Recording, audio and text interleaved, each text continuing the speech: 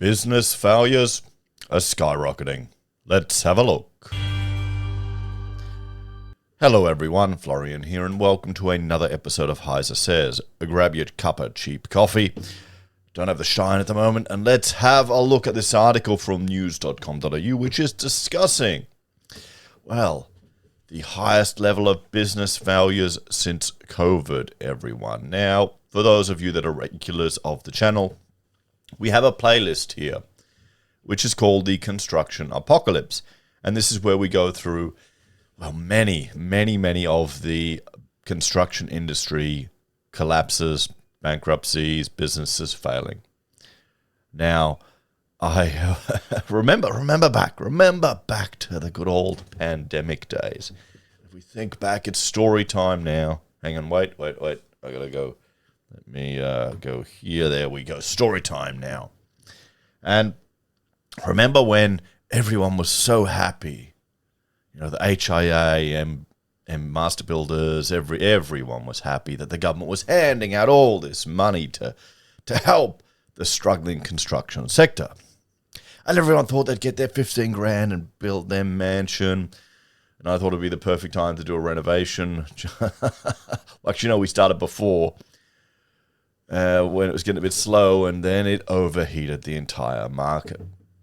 Now, one of the peculiar things in our construction sector is you've got fixed price contracts, and people love those in a world where there's no such thing as inflation. But what happens when you pump out so much money, you give people money, and the government doesn't care about the construction sector. The government is using the construction sector to stimulate the economy. Because they give you 15 grand, you have to spend 150 grand. Oh, look at that, they get their GST back. Funny that. As a minimum to get that 15 grand on your housing project, which I never bothered to do. Maybe I should have. And, well, no, you can't as an owner builder. That's it, you got to go through a legit, proper builder. Well, everything gets overheated. There's an issue with material supply. Businesses are stuck with fixed price contracts. As inflation goes up, costs go up, labor goes up, there's shortages. You've got lockdowns limiting your ability to actually finish your work. And this drags on. And what do people do? Well, small builders, they just try and win the next job. You know, and that'll be, okay, we'll make a profit there and we'll pay for that one. Oh, it keeps going on. Oh, borrow some money off the house, we'll throw that in there, and boom, you go bust. It's not these greedy evil builders that the lefties like to play the jealousy game to portray this picture. A lot of them are mum and dad businesses. Sure, there's some big ones, but they've got the capacity to, well, get government support, don't they, pretty much? But there you go. So we're aware of this. A lot of these failures are the result of, well, pandemic hysteria, one would say. You're seeing it in the gaming industry. If you follow the gaming news at all, that sector is getting more than decimated. They are cutting so many people. Many businesses put on so many people during the hysteria there. I saw it in the YouTube algorithm. Everyone's sitting at home watching. It was crazy. And they thought that was the new normal. Well, it wasn't. But it looks like now, well, more businesses are starting to shut down. So highest level of business failures. I'm not surprised with the construction industry, and I guess we're just starting to see other sectors still cop it. We've got a K-shaped economy here in Australia, and it's exacerbating the class divide here. Just keep an eye on it, guys. Because you'll have some people who are struggling, others who don't even notice it. That's what it is. It's got a lot to do with your social circles as well.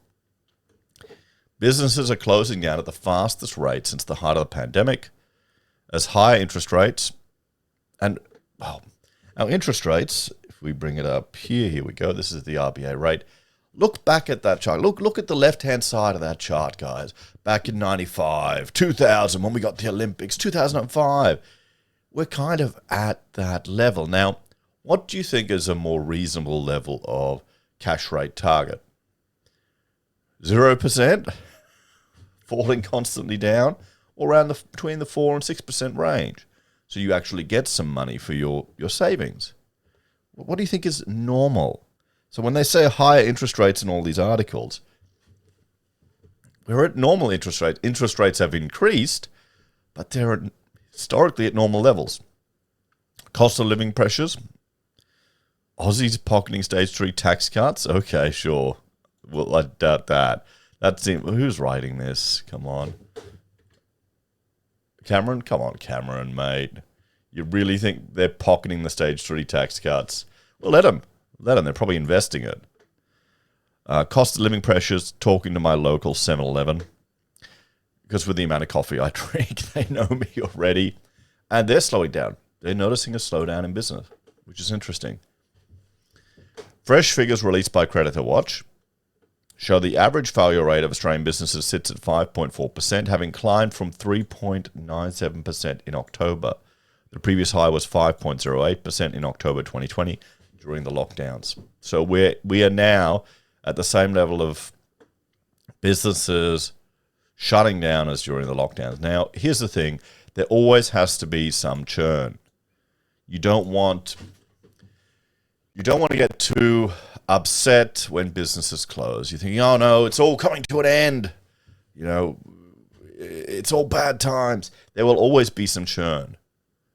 People will try out a business. There's one place in South Brisbane, just up the road from our church, where there was a cafe, and there'd always be a new one. Always be a new one. The last one we didn't even get a chance to try out because it was shut down by the time we went there for breakfast. I'm walking down there on a Sunday, and it was gone. And they're advertising for medical premises now to try and rent it out. There's so many of these businesses where people give it a shot, and it may not be viable. It may not get off the ground. Their life may change. These things happen. And that's, in some ways, that you want to refresh. You want people to take a punt. And you want opportunities to open up for new people to seek and start businesses or give it a shot. That shouldn't be dismissed as something that doesn't happen and a learning experience for many people. Creditor Watch chief economist Ivan Kulin said the failure rate fell steadily after the initial phase of the pandemic, but the trend reversed in October 23. He said businesses were experiencing many of the same cost pressures as consumers, such as higher electricity, insurance, and rental costs, as well as the impact of the minimum wage increase. Yes, remember that? If everyone's wondering why your fruit and veggies cost so much, look at how they changed the picking payments. No one ever mentions that. I guess it's all forgotten in the long time ago. Higher electricity. Wasn't Albo meant to make that cheaper? This is what worries me about the push to the unreliable renewable sector as our electricity generation. The cost of the infrastructure needed to ensure reliability and consistency from this type of power generation, it's often ignored. You've got to pay for that too. So I can't see electricity getting cheaper. Even if we get a coalition government and they push for a nuclear path, electricity is going to still be a high cost for a decade. But hopefully then, moving forward, we need cheaper electricity as a country. It needs to be cheaper. They're talking about productivity gains yesterday in that article we looked at. It's kind of pointless if you don't have cheap electricity. I read about Cadbury's, the chocolate manufacturer, when they were picking a location, they picked Tasmania because it had cheap power, good climate, and ready access to milk. Wonder if the same thing would be happening today, wouldn't it?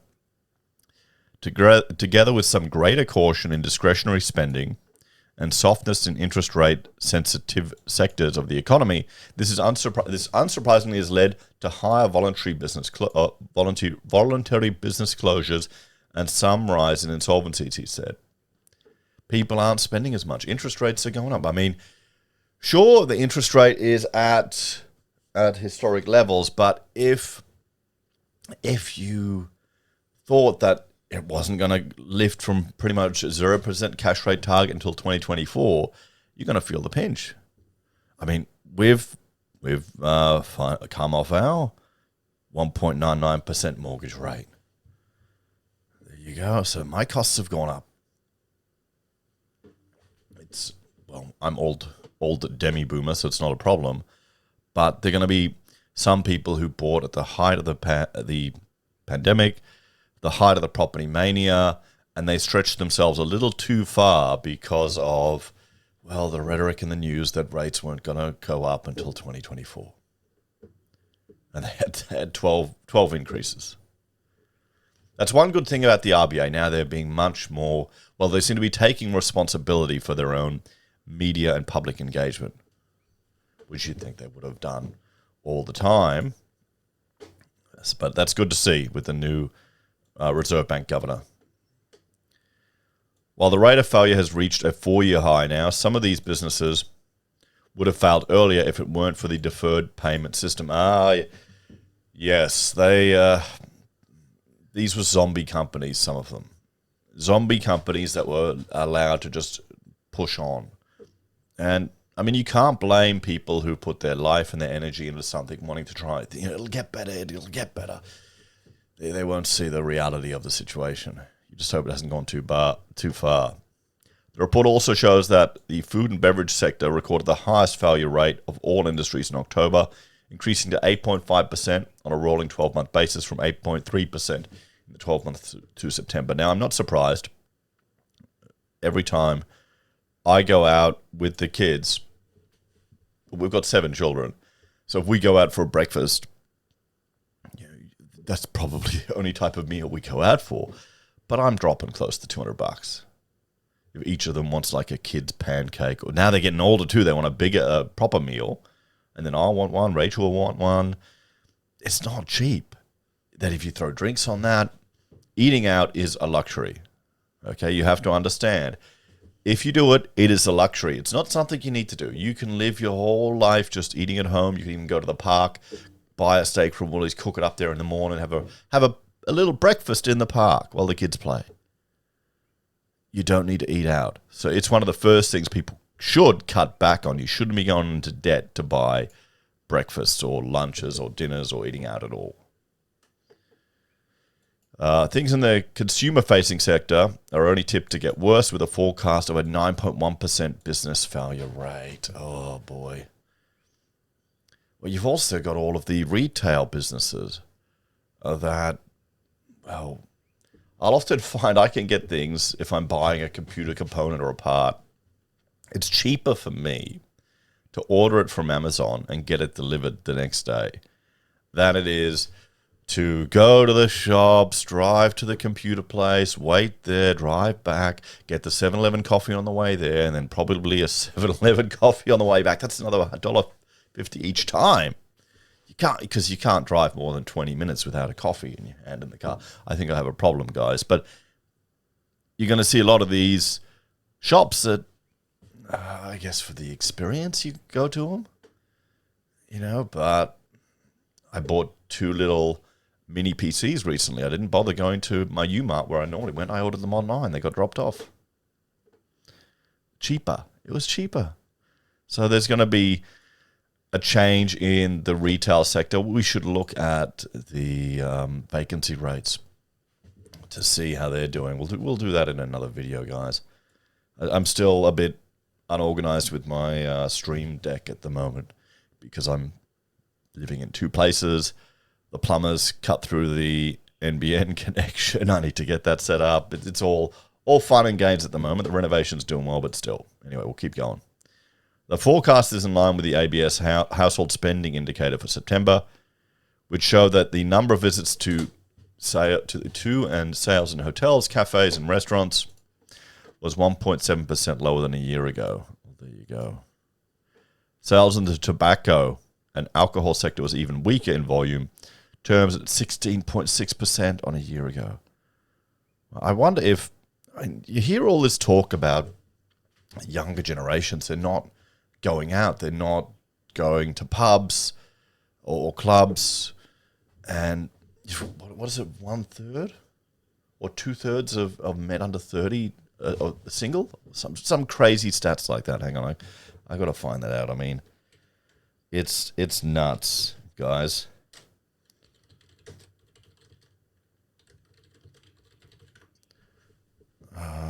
Percentage of fewer than 1 in 3. 30% were single. So, I mean, you've got a whole younger generation that aren't even going out anymore.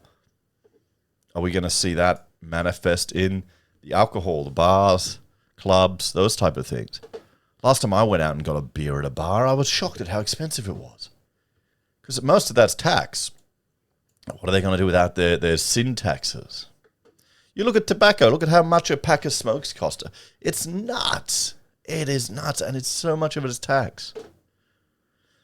Mr. Coolan said businesses were yet to see the full extent of the Stage 3 tax cuts introduced on July 1, which he said could ease some pressures from businesses.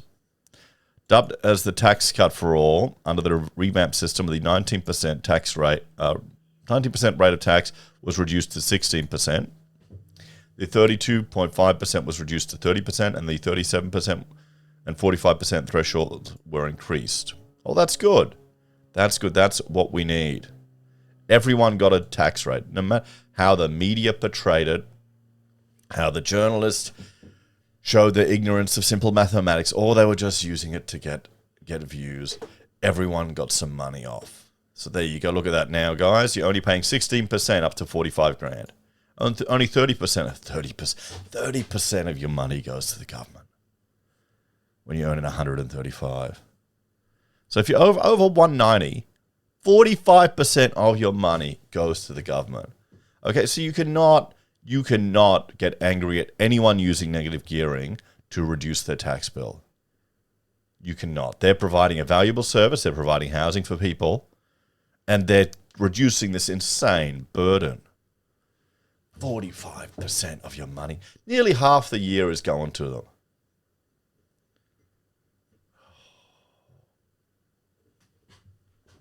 Okay.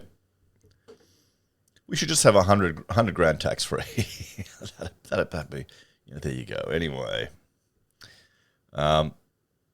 What's this? Income from the original Stage 3 under the new Stage 3. Oh, there you go.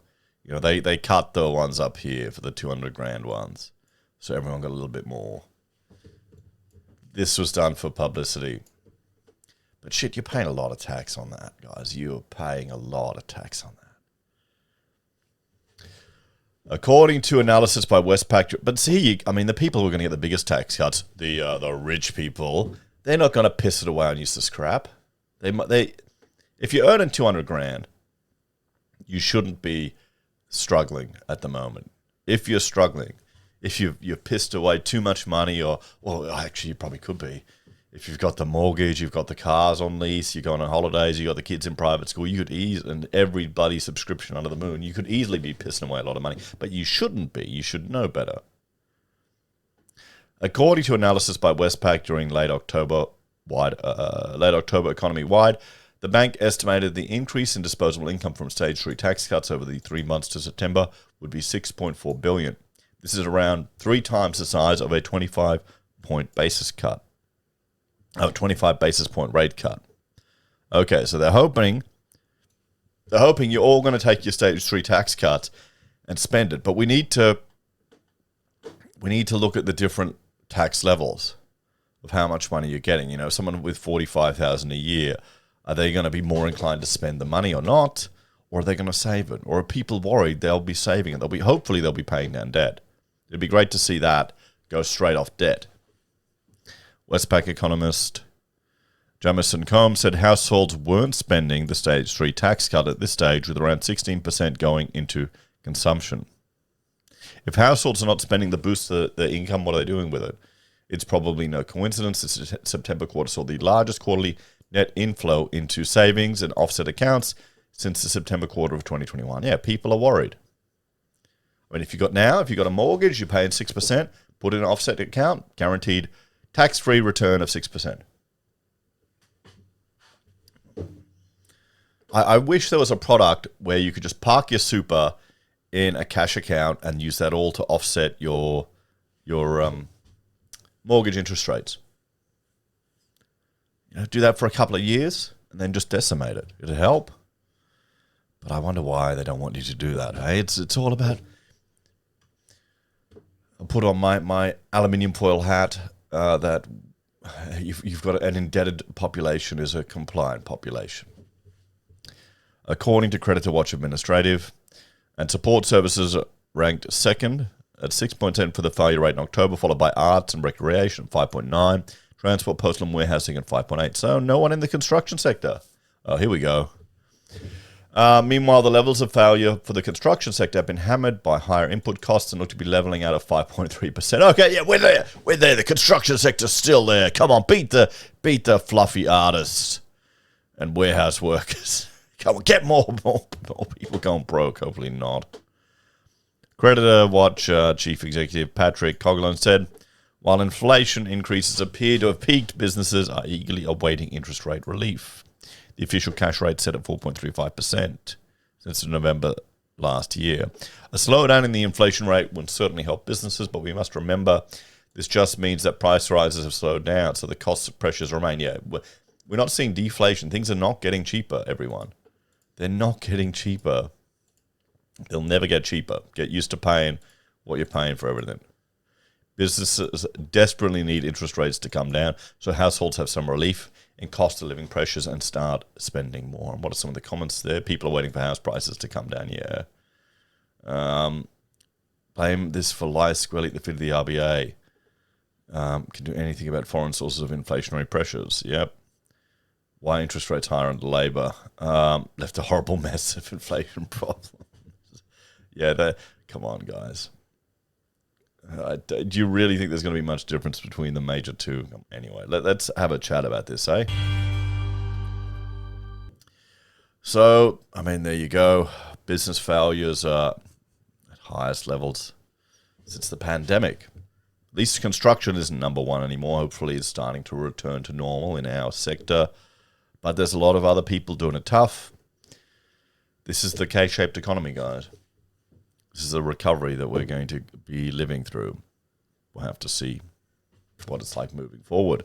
And I don't blame anyone from stashing money aside, saving for a rainy day. That's what you do when you get worried. We're not, it's not easy under Albanese, is it? Anyway, take care. Have a great day. I'll see you in the next episode of HeiseSays. Bye for now. Bye for now.